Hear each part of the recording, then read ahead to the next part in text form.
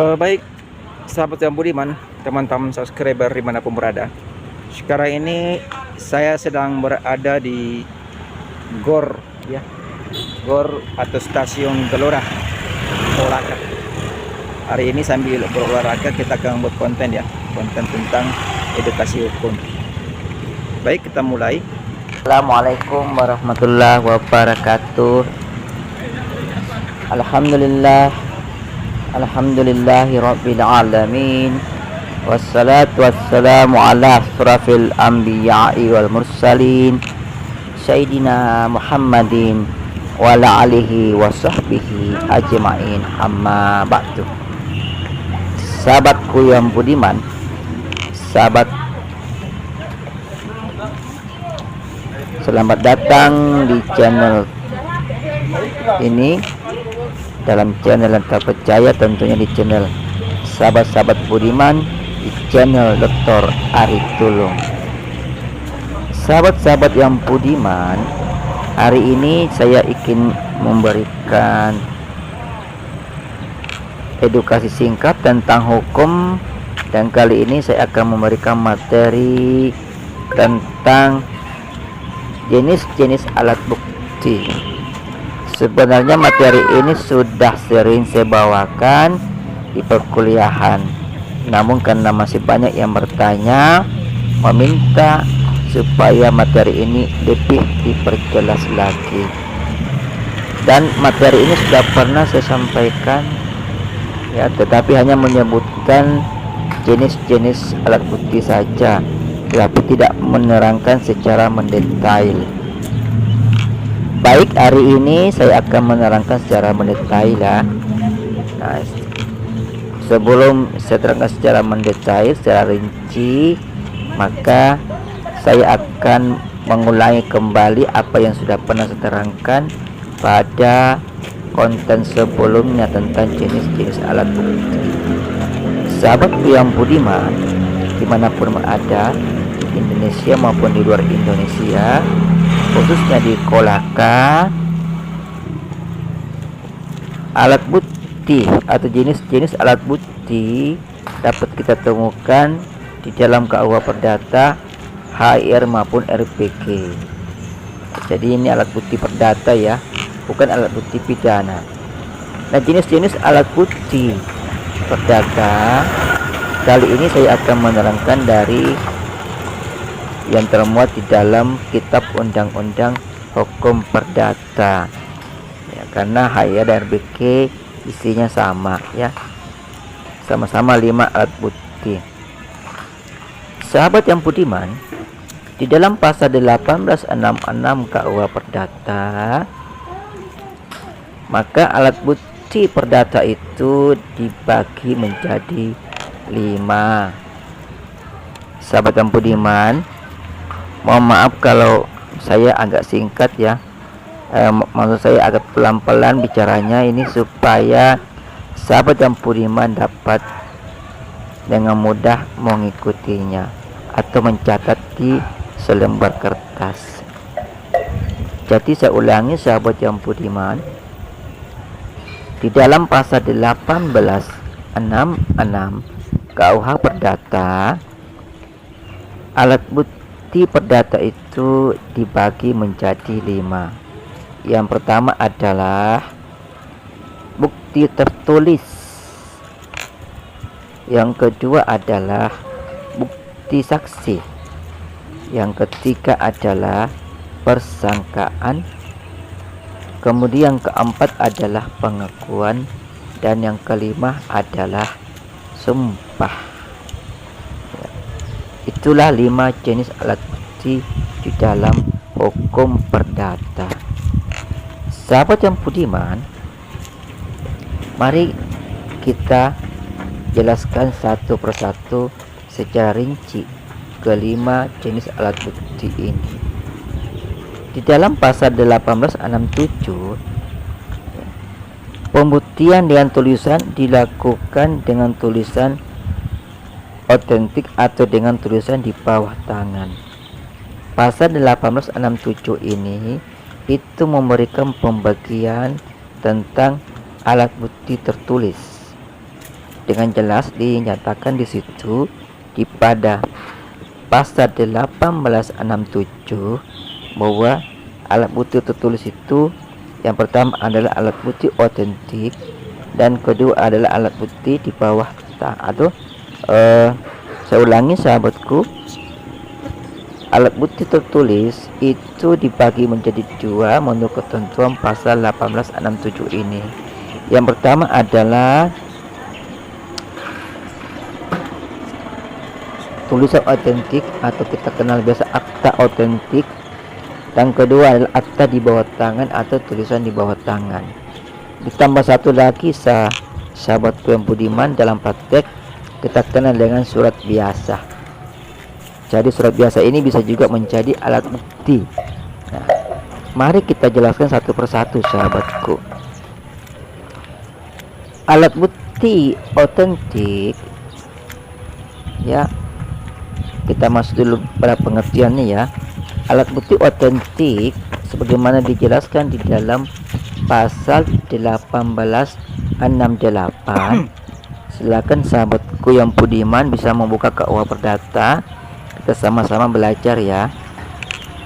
Jadi dalam pasal 1868 KUH Perdata, yang dimaksud dengan alat bukti otentik adalah atau akta otentik adalah suatu akta yang dibuat dalam bentuk yang ditentukan oleh undang-undang,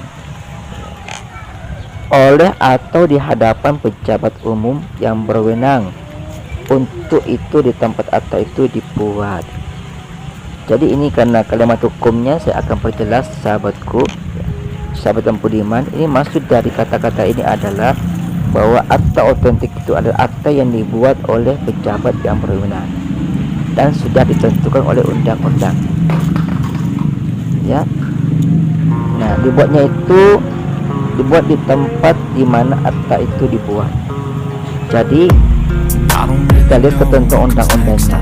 Contoh, jika seorang PPAT membuat akta jual beli, maka dalam undang-undang itu dipersyaratkan bahwa akta jual beli tersebut harus dibuat di muka pejabat yang berwenang, yaitu pejabat pembuat akta. Itu ya sahabatku. Jadi tidak boleh dibuat di luar kantornya, dibuat bukan di hadapan pejabat yang berwenang. Nah, itu pengertian dari akta otentik. Kemudian apa contohnya sahabatku? Saya ingin memberikan penjelasan agar sahabat-sahabat yang budiman tidak terpaku aja kepada akta jual beli dan sejenisnya, ya, untuk mengetahui bahwa ini adalah akta otentik. Jadi akta otentik itu adalah sebenarnya akta atau surat yang dibuat oleh pejabat yang berwenang. Nah, kata pejabat yang berwenang di sini berarti kita melihat dari lembaga atau institusi tersebut. Lembaga atau institusi tersebut itu punya kewenangan untuk membuat surat atau apa saja. Contoh sahabatku, kalau jual beli maka kita pasti ya akan membawa akta jual beli itu kepada PPAT, karena memang PPAT lah yang diberikan kewenangan untuk membuat akta jual beli. Dalam formatnya sudah baku ya, sebagaimana itu adalah undang-undang tentang jabatan notaris. Kalau kita ingin membuat sertifikat tanah, tentunya kita akan mendatangi kantor BPN, Badan Pertanahan Nasional, karena Badan Pertanahan Nasional lah yang diberikan kewenangan oleh undang-undang untuk menerbitkan sertifikat. Itu ya sahabatku. Nah, contoh lain sahabatku yang kadang kita juga lupa bahwa ini bisa menjadi alat bukti, misalnya ijazah ya, atau keterangan lahir ya, atau tanda pengenal. Maka ya, untuk menjadi akta otentik ya, kalau ijazah sahabatku, maka kita harus melihat ijazah itu diterbitkan oleh lembaga pendidikan atau institusi pendidikan ya. Kalau ijazah sarjana tentu ditandatangani oleh rektor maupun dekannya di dalam ya surat ijazah tersebut. Itu ya sahabatku. Nah, kalau tanda keterangan lahir, tentu kita akan merujuk kepada akta kelahiran yang dikeluarkan oleh kantor catatan sipil sahabatku. Nah, kalau kita meminta akta otentik untuk pencatatan perkawinan, maka kalau untuk agama Islam kita akan melihat buku nikah. Ya, buku nikah yang berasal dari KUA. Kalau non muslim berarti buku nikahnya berasal dari Capil. Begitu ya sahabatku. Jadi jangan saya ingin mengantar kepada sahabat-sahabat budiman supaya tidak terpaku kepada akta jual beli saja dan sertifikat. Jadi akta-akta lain pun itu bisa menjadi akta otentik sahabatku, bukan hanya sertifikat maupun akta jual beli. Begitu ya sahabatku. Nah, selanjutnya sahabatku, akta otentik ini itu memiliki kekuatan pembuktian yang sempurna. Artinya kebenaran dalam akta tersebut tidak boleh dibaca oleh hakim. Jadi hakim harus mengakui kebenaran di dalam akta tersebut. Itu ya sahabat. Kita masuk pada akta di bawah tangan atau di dalam KUH Perdata kita kenal dengan nama tulisan di bawah tangan. Nah, apa ini maksud dengan akta di bawah tangan sahabatku? Tentunya kebalikan dari pengertian dari akta otentik. Jadi akta di bawah tangan adalah akta yang dibuat bukan di hadapan pejabat yang berwenang. Ya, intinya akta yang dibuat bukan di hadapan pejabat yang berwenang. Itu bahasa lebih sederhananya sahabatku. Kalau di dalam KUH Perdata ya lebih panjang lagi, tapi saya kira sahabat budiman mungkin agak bingung ya, untuk mengerti. Jadi saya buat sederhana aja, artinya bahwa akta di bawah tangan atau tulisan di bawah tangan adalah akta yang dibuat bukan di hadapan pejabat umum atau pejabat yang berwenang. Tapi akta itu supaya bisa menjadi akta di bawah tangan, maka akta itu harus ditandatangani oleh kedua belah pihak, karena itu menjadi salah satu syarat agar dapat dinyatakan sebagai akta di bawah tangan, sebagaimana yang termuat di dalam pasal 1869 KUH Perdata ya sahabatku. Nah, lalu bagaimana pembuktiannya ini, kekuatan pembuktiannya? Tentu kekuatan pembuktiannya ya tidak sama dengan akta otentik ya sahabatku. Kemudian akta berikutnya adalah akta surat biasa sahabatku. Jadi surat biasa ini adalah sebenarnya surat yang ketika dibuat memang tidak diperuntukkan untuk alat bukti, tetapi dia menjadi alat bukti karena suatu kebetulan saja.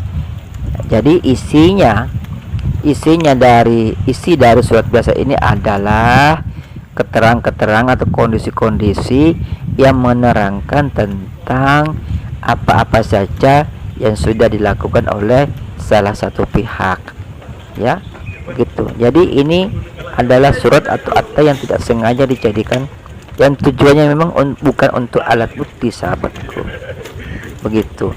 Misalnya kalau seseorang membuat status di WhatsApp, membuat status di Facebook maupun media sosial lainnya sahabatku, ini bisa dikatakan surat biasa. Atau seseorang mengirim surat kepada temannya yang menceritakan tentang perbuatan dia membeli sesuatu dengan menyebut nama lawan janjinya. Itu semua adalah contoh-contoh dari surat biasa ya. Jadi dalam surat biasa itu tidak ada tanda tangan kedua belah pihak yang menyatakan bahwa mereka telah melakukan suatu perjanjian atau perbuatan hukum ya sahabatku.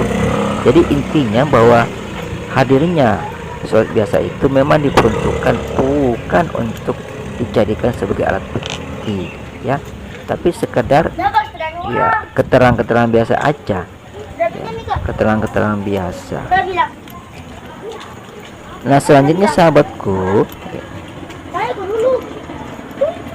kita masuk pada alat bukti yang kedua, yaitu alat bukti ya atau bukti saksi ya.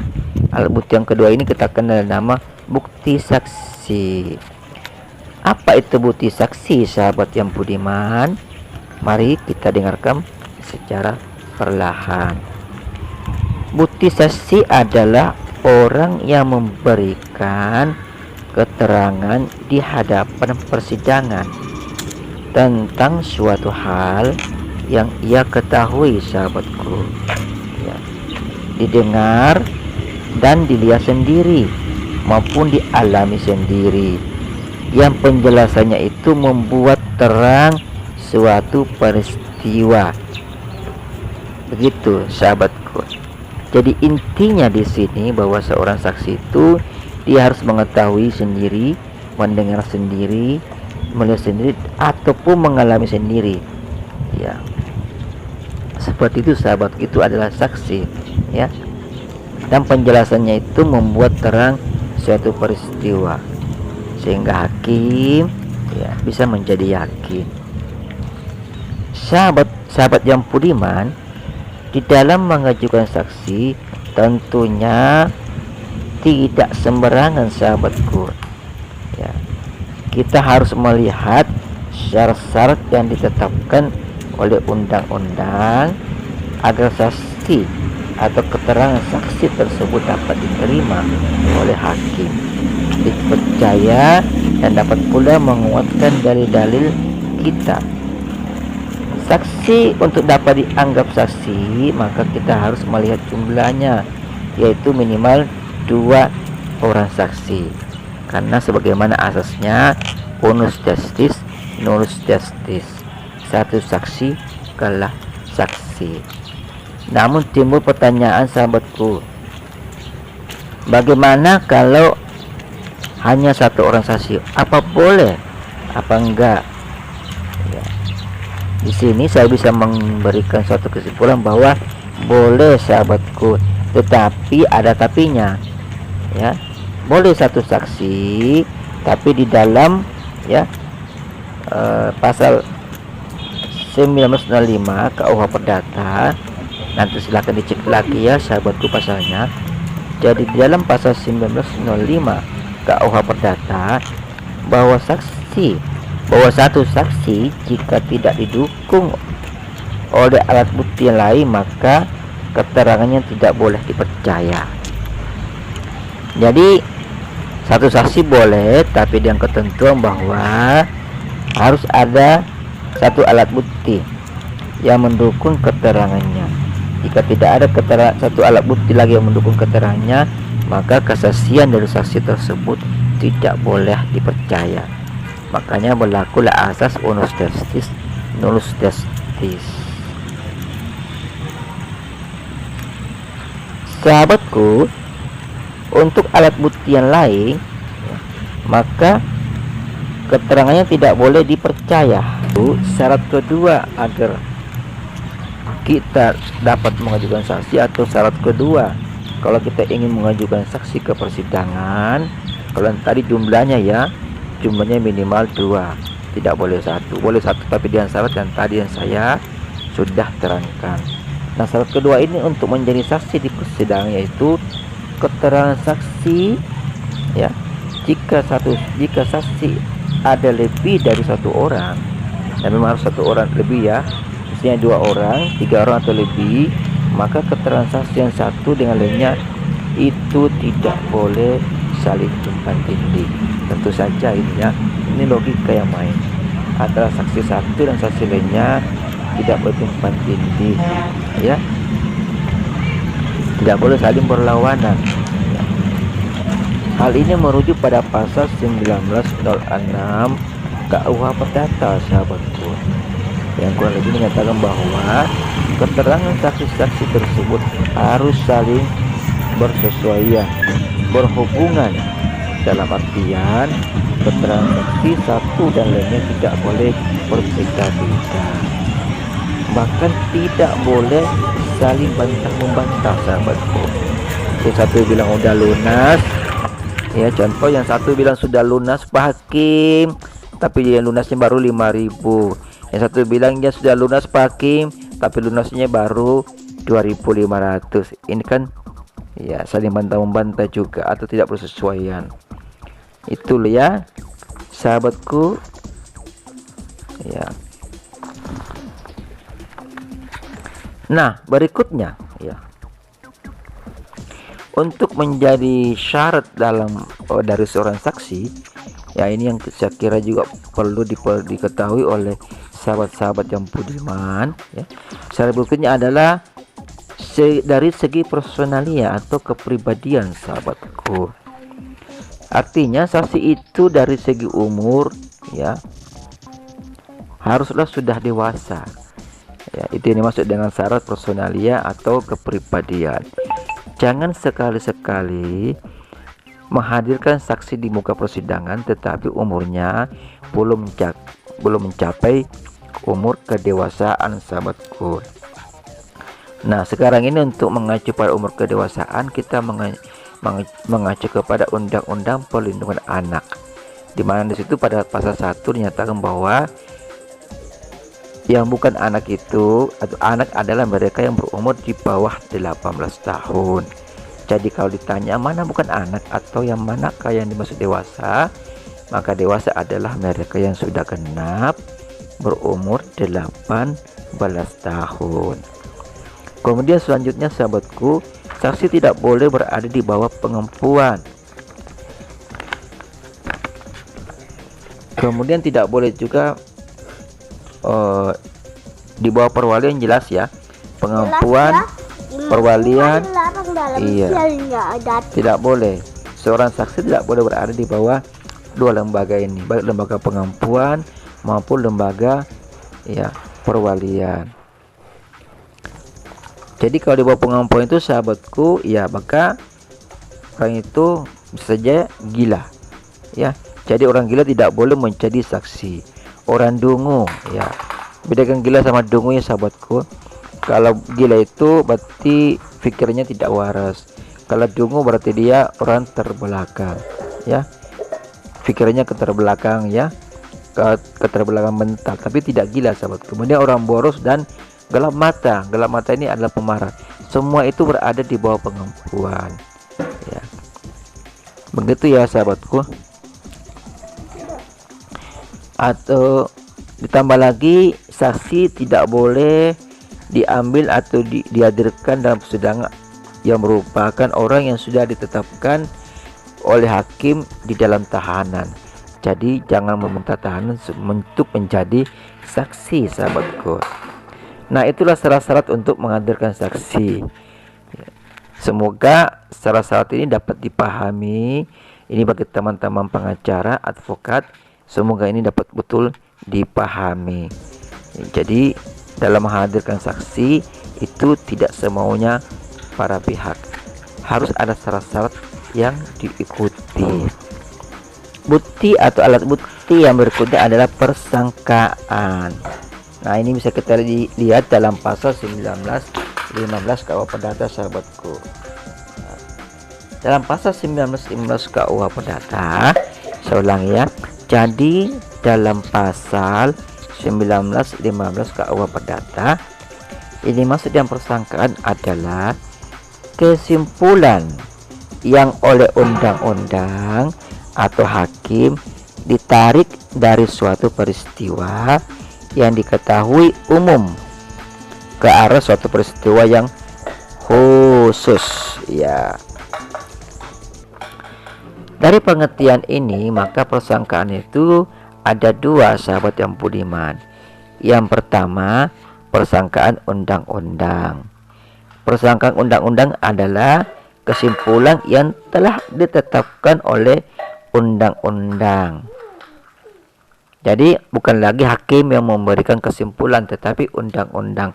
Contoh merujuk dalam pasal 633 KUH Perdata, yang intinya dari pasal ini adalah tembok yang dijadikan batas antara satu lahan satu dengan lahan lain maupun tembok yang dijadikan batas antara bangunan satu dengan bangunan lain itu dianggap sebagai tembok bersama atau sebagai pagar bersama. Nah, inilah persangkaan atau kesimpulan yang dibuat oleh undang-undang ya dalam pasal 633. Contoh ya sahabatku. Nah, kemudian persangkaan hakim. Yang kedua adalah persangkaan hakim. Persangkaan hakim adalah kesimpulan yang disusun oleh hakim berdasarkan fakta-fakta di persidangan untuk menguatkan putusan hakim. Untuk menguatkan putusan hakim ya. Nah, hakim harus cermat dan sangat berhati-hati dalam menilai fakta-fakta yang dihadirkan kepadanya. Selanjutnya sahabat yang budiman, kita masuk pada alat bukti pengakuan. Pengakuan di sini adalah keterangan sepihak yang dilakukan oleh salah satu pihak yang berperkara tentang apa-apa yang dikemukakan oleh lawan-lawannya. Ya. Jadi di sini adalah pengakuan, ya. Pengakuan adalah keterangan, ya. Tapi keterangannya bersifat sepihak, ya. Pihak tergugat menyatakan bahwa dia berhutang tapi hanya 5.000 misalnya, contoh kecil. Tapi pihak penggugat menyatakan ya lawannya berhutang tapi 10.000. Atau bisa jadi ya keterangan tergugat menyatakan bahwa dia berhutang 10.000 tetapi sudah membayar sebagian, sedangkan penggugat menyatakan ya berutang lawannya tapi belum pernah membayar walaupun sebagian. Itu namanya pengakuan. Tapi ya pengakuan sepihak. Intinya di sini sahabatku, ketika pengakuan itu tidak 100% dilakukan oleh pihak lawan, maka hakim akan mencari alat bukti yang lain. Itu ya. Jadi hakim akan mencocokkan dengan alat bukti, misalnya saksi, ya. Saksi. Jadi dengan kata lain bahwa apabila tergugat sudah mengakui semua perbuatannya, maka tentu ya, hakim akan memenangkan penggugat. Tetapi ini jarang terjadi sahabatku, kecuali mungkin kalau si tergugat ingin damai, ya, atau mungkin mungkin insaf di tengah jalan sahabatku. Tapi hal ini sesuatu yang tidak mungkin terjadi. Bukan tidak mungkin, tapi memang di dalam sidang sih ya hampir tidak ada ya seperti itu. Mungkin sahabat budiman mungkin pernah mendengar ya ada tergugat yang mengaku salah di akhir sidang. Mohon informasinya ya sahabatku. Nah, dari pengakuan ini, maka pengakuan itu terbagi dua sahabatku. Yang pertama, pengakuan di depan persidangan. Nah, kita bisa merujuk kepada pasal 1925 dan 1926 KUH Perdata. Nanti silakan dicari ya sahabatku. Ya. Kemudian yang kedua, pengakuan di luar persidangan. Bisa kita lihat di dalam pasal 1927 dan 1928 KUH Perdata. Nah, karena ini ada dua pengakuan, maka muncul pertanyaan, pengakuan manakah yang akan diterima oleh hakim? Tentu sahabatku, yang diterima oleh hakim adalah pengakuan di depan persidangan. Mengapa demikian? Karena pengakuan di depan persidangan itu adalah pengakuan yang sah karena sudah melalui sumpah. Jadi pengakuan yang dapat dijadikan alat bukti di sini adalah pengakuan yang dilakukan di dalam persidangan. Nah, kemudian kita sampai pada alat bukti yang terakhir, yaitu sumpah, sahabatku. Apa itu alat bukti sumpah? Ya. Alat bukti sumpah yaitu adalah alat bukti yang memberikan kata-kata kata-kata bersumpah dari salah satu pihak yang menerangkan bahwa suatu peristiwa telah betul-betul terjadi. Tapi sumpah ini adalah jalan terakhir ya sahabatku. Biasanya si penggugat itu memohon hakim agar si tergugat ingin bersumpah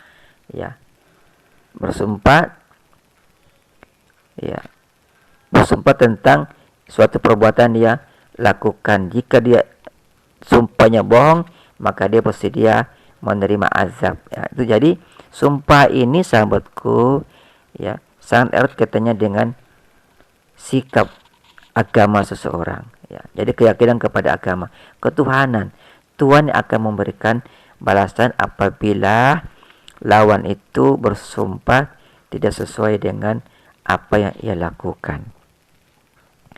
Sahabatku, sumpah ini ada 3. Yang pertama sumpah pemutus atau decissoir. Nah, ini dilakukan jika tidak ada alat bukti lain, sahabatku. Jadi biasanya si penggugat itu meminta kepada hakim supaya tergugat bersumpah saja. Sebenarnya sumpah pemutus. Kalau tergugat ingin bersumpah, maka tergugatlah yang dimenangkan. Tapi itu lagi kembali lagi kepada sikap batin seseorang. Yang kedua sumpah tambahan atau suplementoir. Yang ketiga sumpah penaksir. Jadi sumpah kedua dan sumpah ketiga itu adalah sumpah tambahan Jadi biasanya minta lagi bersumpah. Kalau orang dulu sih diminta bersumpah, mungkin masih agak takut ya sahabatku. Karena orang dulu sangat percaya dengan Tuhan. Sangat percaya bahwa sumpah yang mereka ucapkan itu apabila berbohong pasti akan kena azab waktu itu juga. Tapi entahlah sekarang apakah ini masih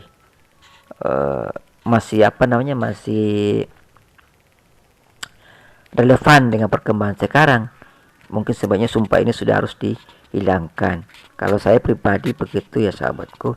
Sumpah ini sudah bisa dihilangkan, bukan lagi menjadi alat bukti Nah, demikianlah sahabatku, sahabat-sahabat yang budiman. Jika ada yang ingin dikomentari, ingin dipertanyakan, silahkan tulis pertanyaan di kolom komentar. Insya Allah saya akan memberikan balasan dalam bentuk konten yang baru. Sahabat yang budiman, dimanapun berada, sekianlah konten hari ini, konten tentang edukasi hukum kita. Maaf beberapa suara saya amut karena tadi ada suara musik. Takutnya itu terkena sebagai hak klaim cipta dan bisa merusak channel ini. Sahabat-sahabat yang budiman, dimanapun berada, sambil olahraga kita membuat konten edukasi.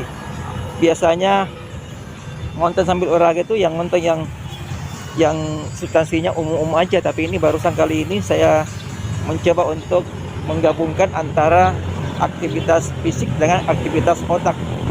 Jadi sambil membawakan materi kuliah atau materi tentang informasi hukum, saya memadukannya dengan kegiatan fisik saudara kegiatan fisik yaitu berjalan-jalan dan berolahraga di sore hari ini di GOR.